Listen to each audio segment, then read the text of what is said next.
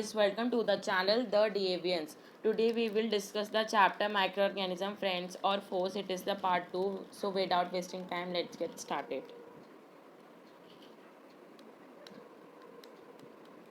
First topic is viruses are unique. Viruses क्यों unique होते हैं? क्योंकि इनके पास बोथ कैरेक्टरिस्टिक्स होती हैं, लिविंग ऑर्गेनिजम्स की भी, नॉन लिविंग ऑर्गेनिजम्स की भी. जब ये एयर में फ्लोट करते हैं या फिर डोर नॉब पे सेटल होते हैं, ये नॉन लिविंग थिंग्स की कैरेक्टरिस्टिक्स शो करते हैं और इनको क्रिस्टलाइज करके जार्स में सालों तक स्टोर भी किया जा सकता है. However when they comes in contact of the host they show the characteristics of living organisms. जब इनको कोई होस्ट मिलता है जैसे प्लांट, एनिमल या फिर बैक्टीरिया, ये उस टाइम लिविंग ऑर्गेनिजम्स की कैरेक्टरिस्टिक्स शो करते हैं. ये जो सेल को उसको इन्फेक्ट कर देते हैं, ये उसके अंदर जाके क्विकली मल्टीप्लाई हो जाते हैं. So it is said that the viruses are the border line of the living organisms and non-living organisms. So second topic is, where do microorganisms live? Microorganisms are found in everywhere. In ice cold water, in hot springs and in dry marshy or saline areas. Some of them need oxygen. कुछ को oxygen चाहिए होता है, कुछ को oxygen नहीं चाहिए होता है. ये सॉइल में और ओशियन फ्लोर्स में पाए जाते हैं. High in the atmosphere and deep inside the earth crust. ये एटमॉस्फेयर बहुत ऊपर एटमॉस्फेयर में भी पाए जाते हैं और ये क्रस्ट, अर्थ क्रस्ट में भी पाए जाते हैं. Microorganisms are also found in the human bodies, in the bodies of plants and animals. ये प्लांट और एनिमल की बॉडी में भी पाए जाते हैं और ह्यूमन बॉडीज़ में भी पाए जाते हैं. In our mouth, throat, nose and alimentary canal. इन सब जगहों पे माइक्रो ऑर्गेनिजम्स बहुत ज़्यादा अमाउंट पे पाए जाते हैं. सो इसलिए कहते हैं microorganisms are found everywhere.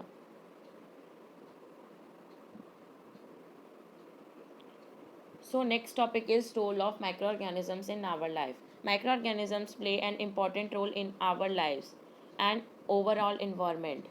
ये जो है dead plant and animal matter को ये लोग डिकम्पोज करके बायो जियो केमिकल साइकिल्स को मेंटेन करते हैं, जैसे कार्बन साइकिल और नाइट्रोजन साइकिल्स.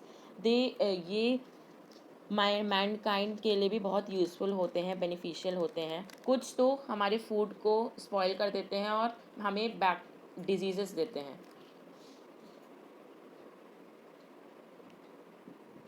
नेक्स्ट है microbial population in the human body.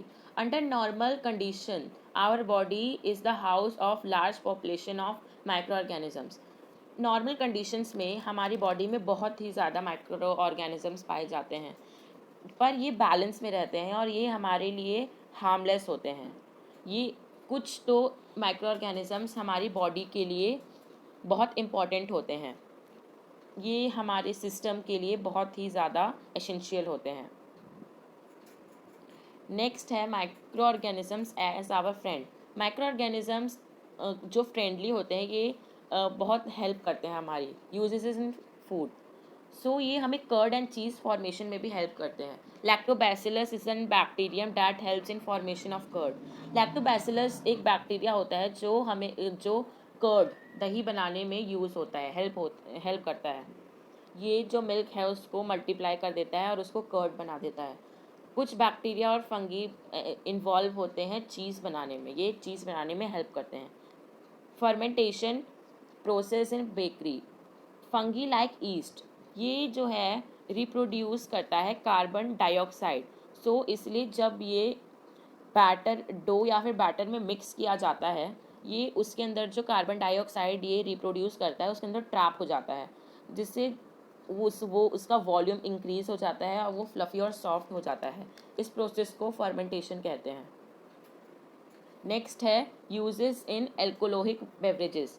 कुछ माइक्रो ऑर्गेनिजम्स ऐसे होते हैं जो एल्कोहल बनाने में हेल्प होते हैं, वाइन बनाने में भी. और एसिटिक एसिड होता है, इसको it is commonly known as vinegar. Fungi like yeast convert natural sugars present in cereal and fruits into alcohol.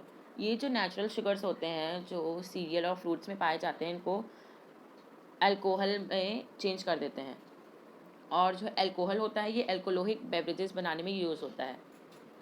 और विनेगर को भी बनाने में यही सेम प्रोसेस यूज़ होता है.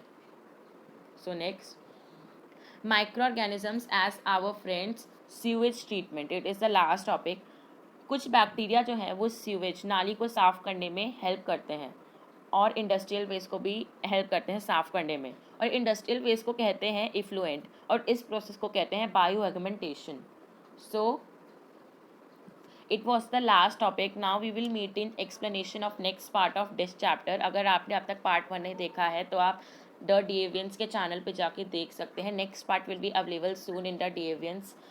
Thanks for watching and bye. Do subscribe and press the bell icon to be the first to receive new freshy updates from the Deviants. And if you learned something new today, then give this video a